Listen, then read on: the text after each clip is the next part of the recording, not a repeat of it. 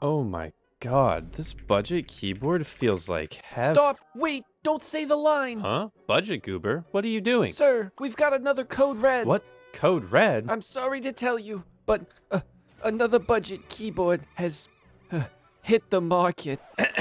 So we're doing this again? I tried the Womier Sk75 and... Oh, yep, he was right. You should too. Howdy hey, I'm Hipyo Tech, and in my quest to find the best budget keyboards, I've tried everything. Well, except some keyboards. Usually, it's so you don't have to. But there's a few things that keep popping up. Number 1, keyboards are not in stock. And number 2, keyboards are way too expensive. But what if I told you that this keyboard does both? Not the expensive part, you know what I mean. But that's not all, because this keyboard will be entirely stock. But you know we're gonna remove the foams as well. So stick around. Ooh, yeah. Now, this story begins with a bit of a problem. In the last year, the $100 keyboard market has gone absolutely insane. In fact, as a consumer, you're spoiled for choice. So like, which one do you even want? Well, this video is like the 4th in my saga of looking at the 75% keyboards that are all around $100. But this one might just be a little bit... Wait, it's seriously that cheap? What? On Amazon? What? Now, before I get into the nitty gritty, full disclosure, this video is sponsored by Womier. However, when working with a keyboard brand, they cannot review my video, they cannot tell me what to say, and all of my thoughts are my own. Now, I'm fully biased. I want you to buy a keyboard. However, I don't care which keyboard you buy, because I get affiliate revenue from any of them. And at this point, I'm really only making videos on keyboards I think are genuinely interesting. Also, this is the box of doom, remember this. Now, the Womier Sk75 is an in-stock keyboard, and it's priced very interesting. It comes in at $109.99, which you're probably like, wait, That's not the title. What? but then on the Womier website with code Hipyo, it's only $98.99 with free shipping. And on Amazon, of all places, it's $87.99 with the coupon. Now you're probably wondering, Hipyo, why are you focusing so much on the price? Well, when you're on a tight budget, every dollar matters. So the difference between an $89 keyboard and a $139 keyboard is actually pretty significant. And yeah, you know what? I am taking into account shipping because sometimes it matters. If it makes me feel more right or something, I don't know. Now, later in this video, I'll compare this more to the ND75 and Rainy 75, which is probably what you're thinking of. Oh, and I won't forget the Tide 75. But check this out. Accessories. We got 3 switches. Yummy, yum. More accessories. We got 3 keycaps. Yummy, yum. Guys, I'm kind of wondering what's going on here. More accessories. We got 3 keycaps again. Holy! Oh, and a cable and a switch puller, which is nice. I used up all my magic on that though, so hopefully I don't regret that later in this video. Also, notably, there's a 2.4 gigahertz wireless dongle, which I am very happy to see. Now, I do wonder if it's any good, but that's a topic for a different video, where I test a bunch of wireless keyboards. Now, after pretending to read the manual, let's actually look at the keyboard. Bye-bye box, bye-bye. Now, I mentioned the price, but this keyboard also comes in 5 or 6 different colors, depending on who you ask. Or 3 if you're Amazon, because they can't count very well. They spent all their money on Jeffrey Bezos. But holy cow, that is a pretty keyboard. You want to see me do something cool? I didn't realize this keyboard would be blue, so now my background is pink. Yay. Now, there's a few reasons that I'm excited for this board. Number 1, the keycaps are gorgeous. Number 2, the aluminum chassis is aluminum. And number 3, I think it can thawk and be clacky. Well, maybe. We'll see about that. Now, these keycaps appear to be basically the same as the Rainy 75, so that's already a step in the right direction, because I did like those a pretty decent amount. And the overall aesthetic here is pretty... Whoa, that is hefty. Oh my gosh. But I am very curious if this case is gonna ping, because something about this finish makes it feel like it's a more premium aluminum. Like it's not actually more premium or anything, it just feels really nice. Oh, like peeling this plastic off of this mirrored polished back. Wait, wow. On the back, you have 4 anti-slippy feet, and you know, the mirrored weight is really gorgeous, but you will never see it, so I guess that's fine. But so far, everything seems really impressive. So like, what's the red flag here? Why is this thing so unbelievably cheap?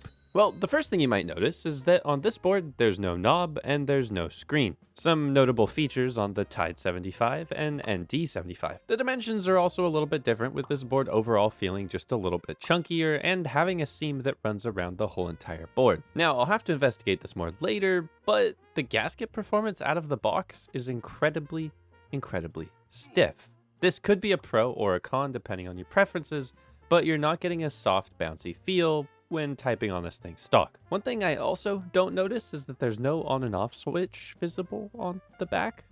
And remember how I said earlier this board is wireless, so we're gonna have to dig around for that. But by no means does this thing feel bad to type on, as the switches, what switches are in this thing? Because they feel very smooth. You know what? Let's just quickly pull off a keycap with the keycap and switch puller, and oh, the switch came with it. Well, I guess that means it's hot swappable. So this board is hot swappable, has south-facing LEDs, 5-pin support, and stabilizers that are not rattly despite being plate mounted. That's nice. Now, these switches are the Womier Full Palm Mint Blizzard switches. And at first I heard full palm and thought, oh, this is gonna be super thocky, but the final sound of this board will really surprise you because these are relatively clacky switches. Now, they are definitely on the lighter side for a linear switch, so that might not be for you, and guess what? This board has no other switch options. So that could be a total deal breaker if you like a heavier switch or a tactile switch. But at least they give you 3 extras? I don't know. Now, one thing that does super annoy me about this board is that the plate tolerances don't seem that strong, because half the time that you pull out keycaps, you actually get the switches with it. Speaking of keycaps, these are double shot PBT cherry profile keycaps. All of that garbage means that they'll feel relatively familiar to you if you just use normal basic keyboards. They'll sound a little bit clacky, and they're on the lower quality side, but not bad.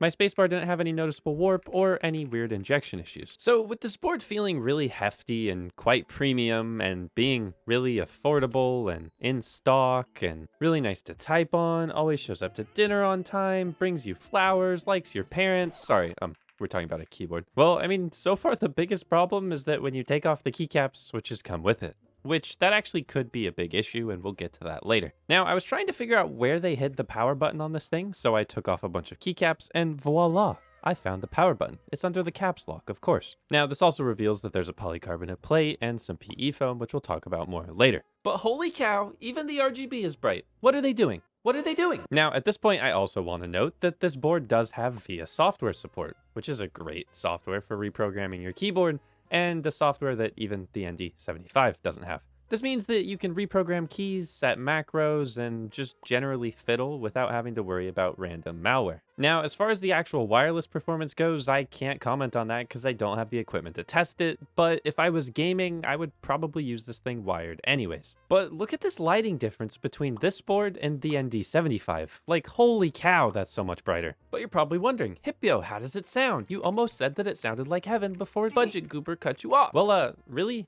pleasantly marbly, albeit a little bit loud. Check this out.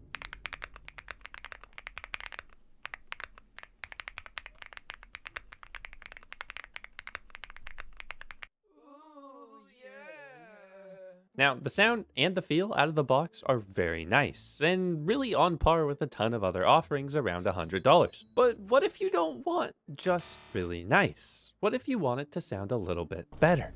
And yeah, to disassemble this thing, you have to remove all of these keycaps and unscrew all of these screws, which is a little bit frustrating, I'm not gonna lie, especially compared to the magnetic clasp of other keyboards. And honestly, I'd prefer a bottom screw design than this kind of hidden screw design. Like, the screws are hidden if they're on the bottom. I don't care. So I guess there's our first big con, and it's that it's not the most modding friendly. It takes about 5 to 10 minutes to take this thing fully apart if you're slow like me. One more con, and I'm really nitpicking here, is that this board only has one mounting style, and that's gasket mount. So it's not the best for trying to figure out what your preferences are, although you might just be happy with this. Because the gaskets that they use are these little guys. Look at these little guys. There's also a lot less foam than I was expecting. Like, there's just one basic foam layer in the case, and then probably some stuff in between the plate and PCB, which we'll look at in just a second. No, this is not vulgar. I'm just fondling my gasket. I'm just gonna fondle my gasket. It's my right,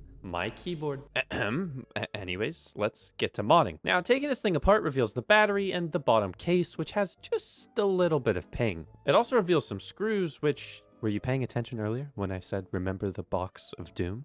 Well, this is the box of doom. Why is it doom filled? Oh, such a good question. I didn't think I'd get this far. Oh yeah, it's because on the Womier website, you can get extra weights for $15.99, which, really cool. You can just swap these bad boys out and, oop, there's another peel. But the doom part is that when making this video, they were currently all out of stock. I'm not sure if they're coming back, so you'll have to check the link down in the description.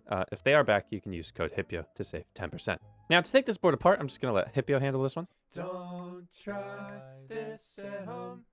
Don't try this at home. Bum, bum, bum. Now you're probably wondering, Hipyo, why are you taking this keyboard apart? Well, I want to try a few different things, and number one is removing this PETG foam. Now, later in the video, I'm going to remove this PE foam as well as this plate foam. Wait, even the plate foam has its own PETG sheet? Wait, huh? Okay, so I removed a few of those plastic sheets in order to test to see if it made the keyboard any quieter. Somebody in my last video told me that that's what was making the board really loud, so you know, I'm just here to test things. Speaking of test, unfortunately, this board does have a fully flex cut PCB, which on top of making rebuilding this thing a little bit hard, just like Nola's life when she's getting treated with a massage gun, it can actually just make your whole board sound a little bit thinner and feel a little bit more uneven.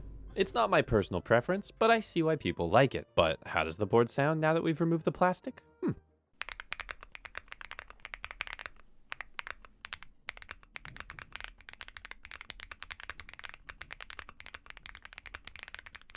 Okay, I'm gonna be honest. Maybe it's because I'm congested, but I cannot hear a difference between the plastic sheet and no plastic sheet.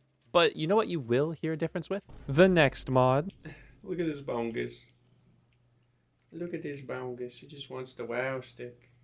Ooh, yeah. Now, for the final time we're taking this board apart, and I am already missing the ND75's magnetic closure, I'm gonna be taking out all of the foam. So let me just do that real fast. Bada bing, bada boom. And wow, when you put it like that, that is a lot of foam in this keyboard. But it all really leads to the board sounding pretty decent. So that's good, right? Well, reassembling it was quite a pain. Now, I'll show you the final sound test in a second, but you're probably wondering, Hipyo, should I get this keyboard? Should I get the ND75 or the Rainy 75 or the Tide 75?